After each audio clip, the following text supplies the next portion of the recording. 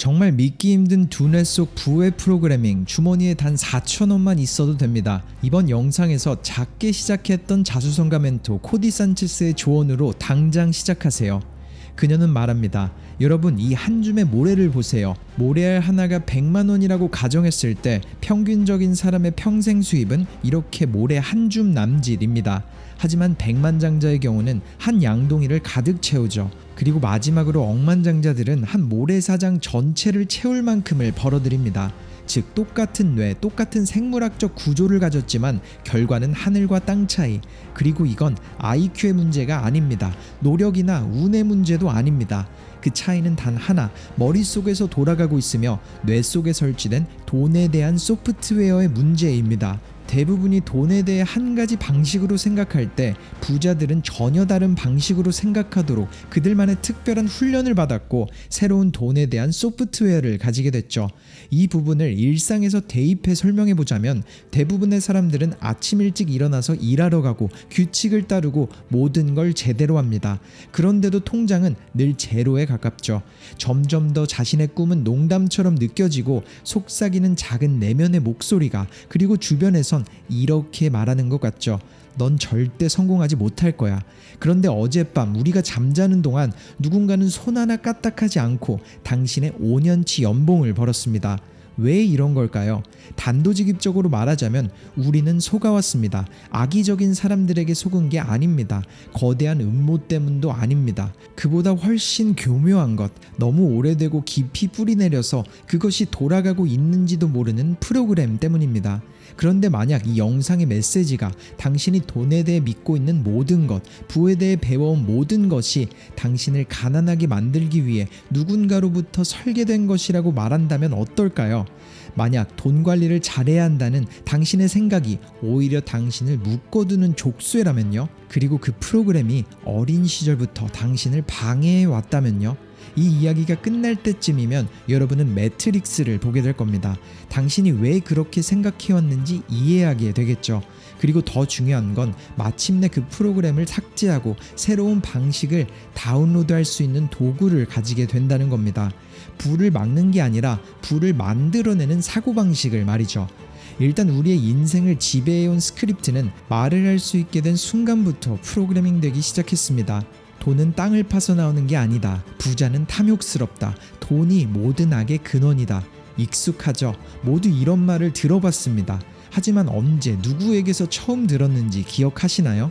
누구에게 들었는지 기억조차 못하지만 이미 그런 말들은 우리 안에 아주 깊숙한 곳에 새겨져 있습니다. 그리고 사실 이건 단순한 말이 아닙니다. 당신이 아무런 방어도 할 수 없을 때 머릿속에 심어진 소프트웨어예요. 그리고 오래된 소프트웨어처럼 더 나은 것으로 교체하기 전까지는 이 사고방식들이 조용히 뒤에서 모든 것을 조종합니다. 당신의 선택은 아니었지만 인생의 선택을 매번 좌우하게 되니까요. 예를 들어서 무언가를 사기 전 망설일 때, 당신이 더 많은 것을 원하면서도 죄책감을 느낄 때, 부자들을 나쁘게 생각할 때도 그건 프로그램 때문입니다. 그럼 그 시작은 어디였을까요? 1600년대로 돌아가 보면 청교도에서는 부가 하나님 은총의 증거라고 가르쳤습니다. 하지만 함정이 있었죠. 그 부를 얻으려면 죽을 만큼 일해야 하고 절대 즐기면 안 된다는 겁니다. 즐기는 건 죄악이라고 했죠. 영향력 있는 청교도 목사 리처드 백스터는 그의 저서에서 이렇게 썼습니다. 안락함을 경계하라. 하나님은 가난보다 부로 우리를 더 시험하신다. 마치 부자는 탐욕스럽다라고 말하는 것 같지 않나요?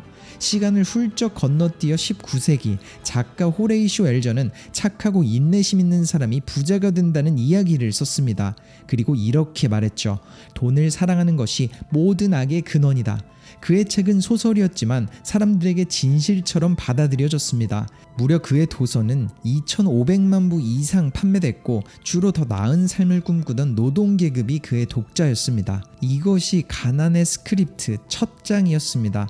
도덕성, 인내, 순종. 그리고 20세기 초 이 사고방식을 전국적으로 전 세계적으로 확산시킨 사람은 교사도 정치인도 아니었습니다. 바로 억만장자 존 록펠러였습니다. 그는 석유 제국만 세운 것이 아니라 사고방식 제조 공장을 만들었습니다. 그는 교육위원회를 통해 미국 교육 시스템을 재편했고 이렇게 말했다고 합니다. 나는 사상가의 나라는 원하지 않는다. 노동자의 나라를 원한다. 숙제와 복도 통행 방법, 그리고 종과 종 사이로 나뉜 수업, 모든 것은 자유로운 사고가 아닌 완벽한 직원을 만드는 데 설계됐습니다. 그리고 당신이 그것을 의심할 수 있는 그런 나이가 되었을 때쯤엔 이미 늦었습니다. 이후 전쟁 시기 미국 정부는 국민의 단결, 희생, 대규모 복종이 필요했습니다. 그리고 그 당시 루즈벨트 대통령이 전시정보국 책임자로 앉힌 엘머 데이비스라는 한 남자. 데이비스는 뉴스만 전달한 것이 아니라 사람들의 믿음을 설계했습니다. 그는 사람들이 안전한 길을 믿게 만들었죠. 대학을 졸업하고 직장에 가서 주택담보대출을 받은 뒤 은퇴하는 시나리오. 세대를 거듭하며 메시지는 더 명확해졌습니다. 열심히 일해라. 질문하지 마라. 주어진 것에 감사하라. 그리고 수많은 사람들은 여전히 그 스크립트를 따르고 있습니다. 부자들이 전혀 다른 게임을 하고 있는 동안 우리는 여전히 그들의 게임판에서 놀고 있습니다. 심리학적으로 봐도 이길 수가 없는 게임입니다. 우리는 손실 회피를 느끼거든요. 쉽게 말하자면 $100를 잃는 것을 $100를 버는 것보다 훨씬 더 두려워합니다. 한 유명한 심리학 연구에 따르면 손실은 이익이 주는 기쁨보다 약 2배 더 고통스럽게 느껴집니다. 그러니 인플레이션이 현금을 갉아먹는 동안에도 그대로 놔두는 게 놀랄 일은 아니죠. 당신의 뇌는 전략이 아닌 안전을 우선시하고 있으니까요.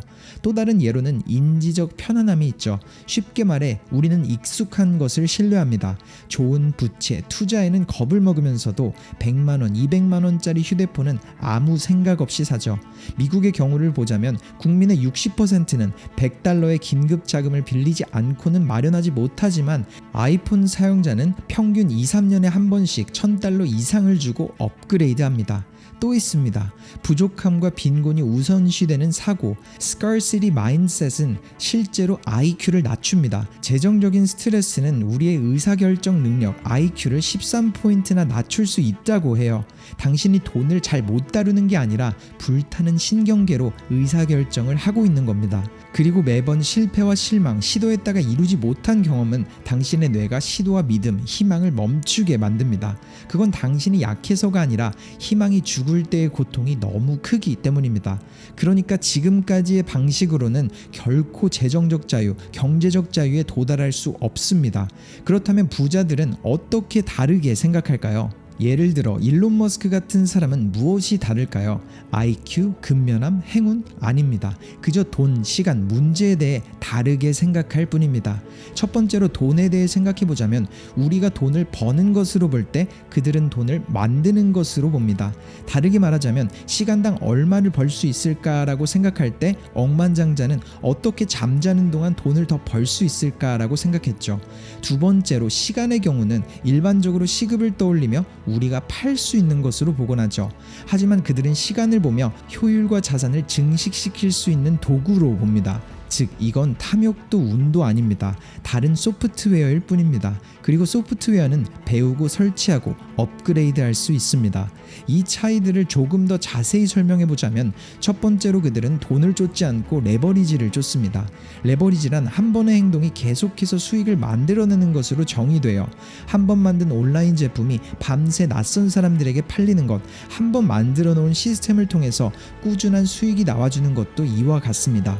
일반적으로 직장은 시간을 돈과 바꾸는 구조입니다.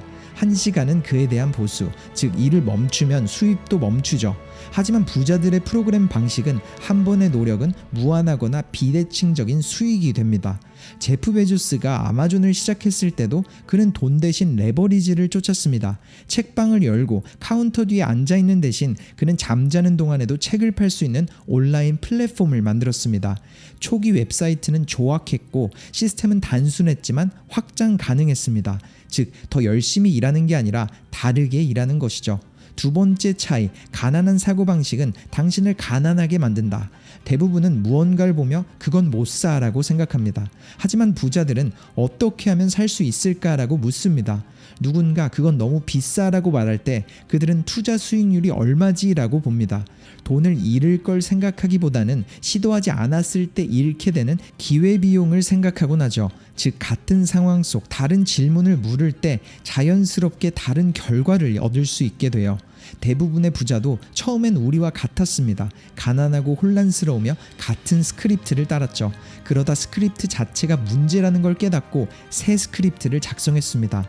그 새 스크립트는 안전이 아니라 레버리지와 소유에 관한 것이었습니다. 한번 만들고 계속해서 수익을 창출하는 것, 그리고 일단 그것을 깨닫자 절대 다시 돌아가지 않았습니다. 수조원대 자산가 나발 라비칸트는 이렇게 말했죠. 부자가 되려면 레버리지가 필요하다. 레버리지는 노동, 자본 또는 제품에서 나온다. 그럼 이것들을 이해한 우리는 무엇을 해야 할까요? 이 프로그래밍과 거짓말, 그들이 다른 게임을 하고 있다는 사실을 안 우리에게 선택지는 두 가지입니다. 첫 번째, 다시 잠들고 이 대화를 잊고 예전 스크립트를 따르는 것. 두 번째, 깨어나서 새로운 소프트웨어를 설치하는 것. 그리고 이 선택의 기로에서 두 번째인 새로운 소프트웨어를 선택하셨다면 아래 프레임워크를 따라해보세요. 첫 번째, 4,000원짜리 테스트. 가난한 뇌는 커피 한 잔을 마실 때 가격을 보며 여기서 생각이 멈춰요. 매일 마시는 4,000원짜리 커피 1년에 146만 원이네. 하지만 여러분은 한 발 더 나아가 보는 겁니다. 부자의 뇌가 돌아가는 것처럼 말이죠. 30년 동안 투자하면 1억 4,600만 원이 되네. 결론은 커피를 마시지 말라는 게 아닙니다. 소유자처럼 생각하라는 거죠. 4,000원을 아끼는데 집착하지 말고 400만원, 4천만원을 벌어들이는 시스템을 만드는 것에 자신이 더 흥미를 가지고 다가갈 수 있도록 말이죠. 두 번째는 3-2-1의 규칙. 쉽게 말해 일상 속 3개의 문제를 찾고 각 문제당 2개의 해결책을 제시하며 수익화할 수 있는 방법을 찾아보세요. 그리고 이를 자동화하는 한 개의 시스템을 만들어 보는 거죠. 예를 들자면 식단 계획이 귀찮다는 문제. 첫 번째 해결책으로는 주 20만원의 식사 준비 서비스, 두 번째는 월 2만원 디지털 식단 계획을 판매하는 것. 앞서 말한 것처럼 제프 베조스가 아마존을 시작했을 때 그는 월급이 아니라 잠자는 동안 수익을 만드는 시스템을 구축했습니다. 이런 연습법을 통해 생각의 확장을 느껴보세요. 세 번째 프레임워크, 72시간 규칙. 아마 가난한 뇌는 한 가지 아이디어가 떠오르면 이런 식으로 생각할 겁니다. 올해 목표로 이것에 대해 더 자세히 조사해야겠어. 하지만 부자의 뇌는 완전히 다르죠. 72시간 안에 테스트해봐야지. 즉, 부자들은 완벽이 돈의 적이라는 걸 꼭 알고 있습니다. 지금까지 말한 이 세 가지를 통합하면 4,000원짜리 테스트로 지출을 재설계하고 3-2-1 규칙으로 소득 시스템을 만들고 72시간 규칙으로 즉시 실행하게 되실 겁니다. 지금 선택하세요. 같은 정신 소프트웨어로 같은 재정 결과를 얻을 것인가? 아니면 새로운 프로그래밍으로 3%의 부자처럼 생각할 것인가? 대부분은 변화를 두려워해서 행동하지 않습니다. 하지만 당신은 다르다면 작은 플레이를 끝내고 이야기를 다시 쓰고 이 순간을 붙잡으세요. 돈을 쫓지 말고 시스템을 만드세요. 저축을 자동화하며 작업을 묶어 처리하는 계획을 만드세요. 그리고 식사, 운동, 예산 관리 루틴을 만들어 중요한 것 외에는 의지력을 낭비하지 마세요. 그렇게 해야 시간, 에너지, 돈, 스트레스를 절약하고 벌 수 있는 여유를 만듭니다. 즉, 부자들은 특별하지 않습니다. 그저 그들은 다르게 생각하고 다르게 행동할 뿐입니다. 그리고 여러분도 이제 그렇게 할 수 있습니다. 스크립트는 다시 쓰였고 소프트웨어는 업그레이드 됐으며 게임의 규칙은 드러났습니다. 다음은 당신의 선택입니다. 잊지 마세요. 당신 현재의 삶은 당신 뇌가 만든 결과입니다. 다른 삶을 원한다면 다른 생각, 다른 행동, 다른 선택이 필요합니다. 힘과 책임은 전적으로 당신에게 있습니다. 가난한 사람, 실패한 사람, 좌절한 사람 할 것 없이 모든 사람들에게 변화할 수 있는 기적을 안내하는 메시지가 있습니다. 가난도 축복이 되고 실패도 기회가 되며 당신의 생각은 분명 현실이 될 겁니다. 세상엔 두 가지 부류의 사람이 존재하는 것 같습니다. 기적 속에 살고 있는 사람, 기적을 바라며 사는 사람, 그리고 대개는 후자의 인생을 살죠. 한평생 바뀌지 않던 인생이 하루아침에 180도 바뀌는 것을 의미하는 기적이라는 단어 때문일까요? 아마 대부분이 믿지 않는, 믿기 힘든 일이지만 영상을 보시는 여러분은 다를 거라 생각합니다. 그리고 사실 이 세상 모두는 소수가 꿈꿨던 기적 속에서 살아가고 있어요. 이 세상 그 무엇도 생각으로부터, 상상력으로부터 시작되지 않은 게 없습니다. 일상 속 모든 것들은 누군가의 생각이었고 기적이라는 이름표를 달고 현실이 되었죠. 즉 생각 없이 나타난 것은 단 하나도 없습니다. 그리고 생각은 현실이 된다. 이 신념을 평생에 걸쳐 증명하고 전파한 전설적인 멘토 나폴레옹 힐. 그는 가난과 실패마저 축복이 될 수 있다며 현 시대 자기계발의 기틀을 세운 선구자이기도 합니다. 그리고 이번 영상에선 그가 눌러 담은 메시지들의 출간 100주년을 기념하며 펴낸 컬렉션 중 첫 번째 나폴레옹 힐 기적은 당신 안에 있다 속 기적을 만드는 실천적 지혜들을 여러분과 함께 나눠보려고 합니다. 가장 중요한 나폴레옹의 메시지는 이렇게 시작합니다. 우리가 겪는 온갖 역경, 힘든 상황, 뼈아픈 실패, 그리고 모든 육체적 고통까지도 그만한 가치가 있는 보상의 씨앗을 품고 있다. 그리고 누구나 기적을 창조할 수 있다. 가난은 풍요로운 삶으로 가는 디딤돌이다. 가난한 환경에서 태어난 사람은 대부분 그것을 어쩔 수 없는 숙명처럼 받아들이고 평생 그 굴레에서 벗어나지 못하고 살아간다. 이런 현실을 보면 가난이 삶에 얼마나 큰 영향을 미치는지 알 수 있다. 하지만 가난을 극복한 사람은 물질적으로 부유해질 뿐 아니라 정신적으로도 풍요로워지고 삶의 지혜도 터득하게 된다. 또한 가난에는 장점도 많다. 하지만 이는 가난을 피할 수 없는 것이라고 믿고 순응하거나 맞서 싸울 가치가 없다고 여기는 게으른 태도에서 벗어나 긍정적 마음가짐으로 가난을 대할 때에만 해당하는 이야기다. 가난은 창조주가 우리의 지적 능력을 향상시키고 열정을 불러일으키고 주도권을 가지고 행동하게 하며 살아남기 위해 우리를 가로막는 어려움과 단호히 맞서 싸우게 하려는 계획일 수 있다. 기회가 많은 나라에서는 건전한 정신을 가진 사람이 가난의 굴레에 갇힐 이유가 전혀 없다.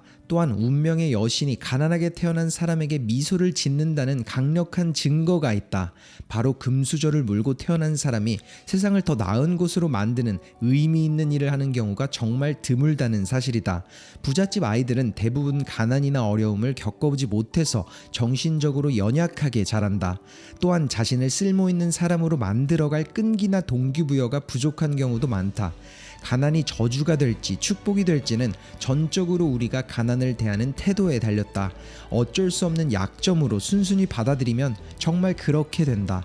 하지만 가난을 극복하고 정복해야 할 도전으로 여긴다면 축복이 된다. 실로 인생의 큰 기적 중 하나가 되는 것이다. 가난은 우리의 발목을 잡는 걸림돌이 될 수도 있고 원하는 곳까지 딛고 올라갈 수 있는 디딤돌이 될 수도 있다. 우리가 주로 하는 생각은 그대로 현실이 되어 나타난다. 가난을 생각하면 가난한 현실이 찾아오고 부를 생각하면 부유한 현실이 찾아온다. 또한 가난은 값진 경험이다. 하지만 가난을 경험하되 그것에 무릎 꿇지 않고 자유와 자립에 대한 의지가 꺾이기 전에 반드시 극복해내야 한다. 가난을 한 번도 겪어보지 못한 사람은 어쩌면 안타까운 전제일 수도 있다. 가난을 겪고 그것을 운명으로 받아들인 사람은 더욱 딱한 존재다. 부정적 생각으로 자기 자신을 영원한 속박에 가둔 셈이기 때문이다. 역사상 진정으로 위대하다고 평가받는 인물은 대부분이 가난을 겪었다. 하지만 그들은 단순히 가난을 겪는데 그치지 않았다. 가난을 마주하고 거부하고 극복해 결국 자유를 쟁취했다. 이런 과정이 없었다면 그들은 결코 위대한 인물로 성장할 수 없었을 것이다. 살면서 원치 않는 것을 운명처럼 받아들이는 사람은 진정한 자유를 누리지 못한다. 마음가짐이 모든 것을 좌우한다. 모든 것은 당신의 마음이 긍정적인지 또는 부정적인지에 달려 있으며 그 방향을 정할 수 있는 사람은 오직 당신뿐이다. 그리고 마음가짐의 중요성을 가장 확실하게 보여주는 증거가 있다. 바로 이 세상에서 오직 마음가짐만이 우리가 온전히 통제할 수 있는 유일한 것이라는 사실이다. 우리는 다른 사람의 생각이나 행동을 통제할 수 없다. 태어나는 순간도 죽음의 순간도 선택할 수 없다. 하지만 생각할 수 있게 된 순간부터 생을 마감하는 순간까지 우리에게는 마음에서 피어나는 모든 생각을 온전히 다스릴 수 있는 강력한 힘이 있다. 그리고 마음가짐에는 긍정적 마음가짐과 부정적 마음가짐이 있다. 첫째로 긍정적 마음가짐은 자신이 원하는 상황과 일에 마음을 집중하고 원치 않는 것들을 과감히 밀어내는 습관이다. 하지만 사람들은 대부분 두려움과 불안, 걱정에 사로잡힌 채 살아간다. 그리고 묘하게도 이런 부정적인 생각은 결국 어떤 식으로든 현실이 되어 찾아온다. 또한 긍정적 마음가짐이란 우리 앞에 놓인 불편한 상황을 단순한 시련으로 보지 않고 한계를 뛰어넘을 기회로 여기는 습관을 말한다. 그 속에 숨겨진 그만한 가치가 있는 보상의 씨앗을 찾아내 키워내는 것이야말로 긍정적 마음가짐의 진정한 의미다. 또한 모든 문제를 냉철하게 평가해서 자신이 해결할 수 있는 문제와 해결할 수 없는 문제로 가려내는 습관을 말한다. 긍정적 마음을 가진 사람은 자신이 힘이 닿는 문제는 반드시 해결하고 자신의 능력을 넘어서는 문제에 부딪히더라도 긍정의 기운을 잃지 않도록 초연하게 받아들인다. 즉 성공을 거머쥐느냐, 실패를 맞이하느냐, 그리고 마음의 평온을 누리느냐, 고통 속에 살 것이냐, 이 모든 것은 다름 아닌 우리 자신의 마음을 온전히 소유하고 원하는 방향으로 이끌 수 있는 특권이 결정한다. 돈도 어떤 대가도 필요 없다. 누구나 언제든 어떤 상황에서든 이 강력한 도구를 자신의 것으로 만들어 활용할 수 있다. 삶의 기적을 위해 필요한 또 다른 것은 끊임없는 변화이다. 하지만 대다수의 사람은 그 무엇보다 변화하기를 격렬히 거부한다. 끊임없는 변화의 필요성을 이해하지 못하고 적응하지 못하면 실패와 패배의 굴레에 갇힐 수밖에 없다. 변화야말로 최고의 스승이라 할 수 있다. 이 진리를 이해하면 당신은 더 이상 변화를 두려워하지 않을 것이다. 오히려 그 변화가 당신 자신과 이 세상을 더 깊이 이해하게 해주는 선물임을 알게 될 것이다.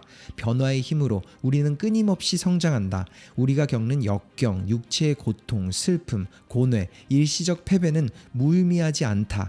이 사실을 기억하고 또다시 역경이 닥칠 때 이를 이로운 방향으로 이용해야 한다. 그러니 반항하며 소리치거나 두려움에 떨지 말고 당당히 고개를 들어 사방을 살펴보라. 그런 변화가 내가 원해서 선택한 것이든 아니면 내 뜻과는 상관없이 갑자기 닥친 힘든 상황이든 마찬가지다. 나는 내게 주어진 선택권을 특별한 방식으로 활용한다. 불평하는 대신 모든 경험 속에 숨어있는 소중한 가치를 찾아내려 노력하는 것이다. 자신이 선택한 분야에서 진정으로 성공한 수많은 이들과 긴밀하게 교류하며 깨달은 또 다른 교훈은 그들은 한결같이 육체적 고통과 정신적 고통에 대한 두려움을 완벽히 극복했다는 점이다. 그들은 항상 비참한 상황에서도 그만한 가치가 있는 보상의 씨앗을 발견했다. 그리고 그것은 그들이 고통을 대하는 긍정적 마음가짐 덕분이었다. 부정적 현실도 축복의 기회로 바꾸는 방법, 육체적 혹은 정신적 고통, 실망, 좌절, 슬픔 등의 고난은 양날의 검과 같다. 우리를 위대하게 만들 수도 있고 영원한 실패의 늪에 빠뜨릴 수도 있기 때문이다. 어떤 이에게는 이런 고난이 걸림돌이 될 수 있다. 하지만 다른 이에게는 더 나은 삶으로 나아가는 디딤돌이 될 수 있다. 해결할 수 없을 것 같은 고민이 있는가? 그렇다면 이 방법을 시도해보라. 주변에서 당신과 비슷하거나 더 큰 어려움을 겪는 사람을 찾아서 그 사람의 문제 해결을 도와라. 그러면 당신의 부정적 생각이 다른 사람을 돕는 긍정 에너지로 바뀌는 놀라운 일이 일어날 것이다. 그리고 믿기 힘들겠지만 다른 사람의 문제를 해결하다 보면 어느새 자신의 문제에 대한 해답도 찾게 될 가능성이 아주 크다. 긍정적 마음의 힘은 무적이다. 이 힘으로 우리는 어떤 목표든 이룰 수 있다. 기억하라. 두려움이라는 까마귀가 맴도는 곳에는 깨워야 할 잠든 무언가가 있거나 묻어야 할 죽은 것이 있다. 인생에는 참으로 기묘한 역설이 있다. 개인의 성공을 결정짓는 것은 좋은 학벌이나 뛰어난 머리가 아니라 오히려 두려움 없는 마음이라는 것이다. 두려움의 반대편에는 신념이 있다. 신념이야말로 우리가 원치 않는 모든 것을 다스리는 통제자이자 우리가 진정으로 바라는 모든 것을 얻는 수단이다. 투쟁할 것인가 소멸할 것인가, 자연은 우리에게 둘 중 하나를 선택하라고 강요한다. 랄프 월도 에머스는 행동하라 그러면 힘을 얻으리라 라고 말한 바 있다. 자연은 이렇게 가르친다. 고난에 맞서 싸워 이겨내라. 그러면 내가 필요로 하는 모든 것을 감당할 힘과 지혜를 얻게 될 것이다. 살아있는 모든 것에게 나태함은 쇠퇴와 죽음을 부른다. 사람들은 대체로 가능한 쉬운 길을 택한다. 하지만 사람들은 모르고 있다. 강물이 저항 적은 곳으로 흐르며 구불구불해지듯 사람도 도전을 피하고 쉬운 선택만 하다 보면 결국 바르지 못한 길을 걷게 된다는 사실을. 또한 실패의 뒷면에 성공의 축복이 숨어 있다. 실패는 탈을 쓰고 몰래 찾아오는 축복일지도 모른다. 끝까지 밀어붙였다면 망신을 당하거나 심하면 완전히 파멸했을지도 모를 애초의 목표를 포기하게 하기 때문이다. 실패는 새로운 기회의 문을 열어주고 시행착오를 겪으며 현실을 제대로 깨닫게 해주기도 한다. 또한 때때로 효과 없는 방법을 걸러내며 허영심 강한 사람들의 자만을 깨부순다. 즉, 당신이 선택한 상황에서 실패했다면 그 원인을 깊이 들여다보라. 그러면 모든 실패가 그만한 가치가 있는 보상의 씨앗을 품고 있다는 놀라운 진실을 발견하게 될 것이다. 실패가 곧장 이익을 안겨주는 것은 아니다. 단지 씨앗만을 제공할 뿐이다. 이 씨앗은 우리가 직접 찾아내고 싹을 틔우고 열매 맺게 해야 한다. 그 과정에서는 주도성, 창의력, 그리고 확고한 목표의식이 필요하다. 누구나 언젠가는 실패를 경험할 수 있다. 모든 사람은 살면서 여러 번 실패를 맛본다. 하지만 우리 각자에게는 자신이 원하는 방식으로 실패에 대응할 수 있는 특권과 수단이 있다. 실패는 우리의 약점을 정확히 파악할 수 있게 해주는 도구이다. 그리하여 실패를 통해 우리는 자신의 부족한 점을 명확히 알게 되고 그것을 개선할 기회를 얻는다. 이런 점에서 실패는 언제나 축복이라 할 수 있다. 지금 당신이 서 있는 바로 그 자리에서 씨앗을 발견하고 행동으로 싹을 틔워라. 그리하면 당신이 그것을 실패하고 인정하기 전까지 실패는 실패로 존재하지 않는다. 승리하는 자는 결코 포기하지 않고 포기하는 자는 결코 승리하지 못한다. 마지막으로 우리는 항상 명심해야 한다. 이 현실 세계에서 우리의 한계란 오직 스스로 설정한 것이거나 다른 사람이 우리에게 씌운 족쇄일 뿐이라는 사실을 잊지 마라. 기적은 당신 안에 있다. 이번 영상 속 나폴레옹의 일의 메시지가 어떠셨나요? 그는 말합니다. 인생에 일어나는 모든 일은 축복 혹은 저주가 될 수 있다고 말이죠. 그리고 그 차이는 크고 작은 일 사이에서 가치가 있는 보상의 씨앗을 찾는 것에서 시작됩니다. 그리고 이번 영상을 접한 모든 분들이 고난, 실패, 가난, 좌절 속에서 가치 있는 보상의 씨앗을 찾아가길 바라며 영상을 마칩니다. 지금까지 당신의 터닝포인트였습니다.